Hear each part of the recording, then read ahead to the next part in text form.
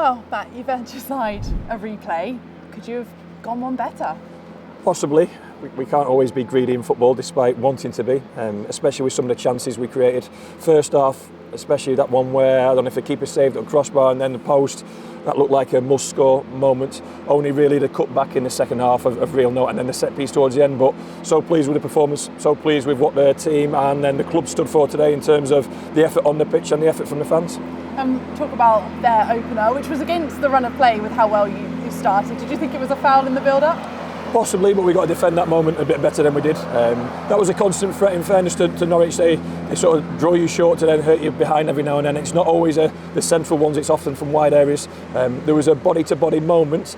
Possibly the home team get that given for them in relation to the referee's decision, but I don't think we can have too many complaints because, like I said, we got to defend it better to start with. But so important that we got back in the game quickly, and we certainly did that.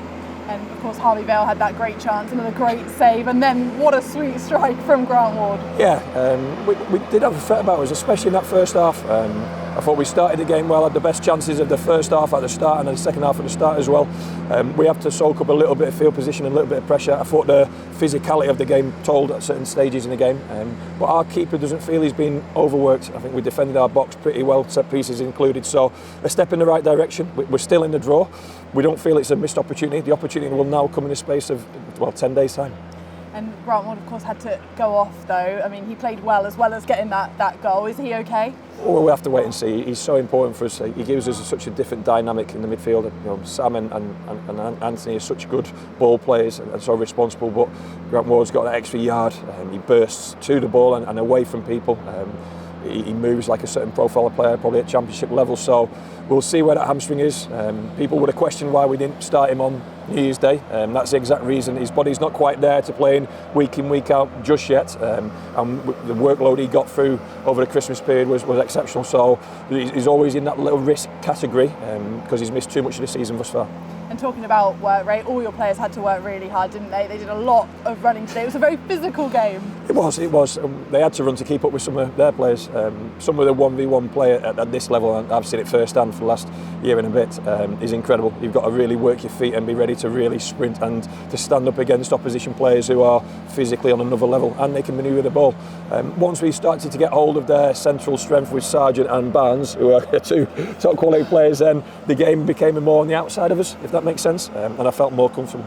How hard was it to manage the sort of latter stages of that game? Because they brought on some very experienced players, didn't they? But do you go for the replay? Do you go for the win? It must have been quite hard to get the balance. I mean, at the end, testing the box with set pieces there, it almost didn't just quite sit right or fall right for us in those attacking moments. Even Maka coming onto the pitch, shifting it on his right foot. I can't complain about the performance. Like I say, we've limited them to half chances. Our keeper's not really had too many saves to make, so we've defended our box and defensive third really well. You always want more from an attacking sense, but we have to respect where the game was today at Norwich. And Luke McCormick coming back into the action, how do you think he did? It's big for us, even more so than Grant Ward's injury. I just said to the group there, the squad's going to be so important because we've got almost a congestion of fixtures anyway, and this is another game which we wanted, let's be honest, we wanted still to be in the hat. It's one to look forward to, but the squad will become stretched actually. I really hope that we'll get possibly Flashback, possibly Hunty back, possibly one or two more this week. Obviously James Connolly coming back into the fold from a loan, so we'll keep assessing it, we'll keep on putting the right team out there. We're conscious of energy levels, but we never want to weaken it, and not having to change shape was important today. Even with the substitutions we made, we didn't really look weaker as a team. And Ryan Woods didn't make the squad today. Is there an update on him? Well, he had a scan on his calf on Thursday. Felt a bit of tightness there, but we'll wait for the results from that.